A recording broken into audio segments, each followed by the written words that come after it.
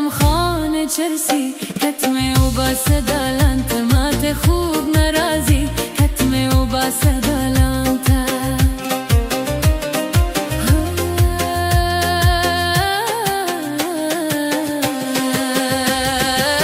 آخر بکن کچکول را واخلم ادم خانه چرسی کتمه و باسه دالانت مات خوب نرازی کتمه و باسه دالانت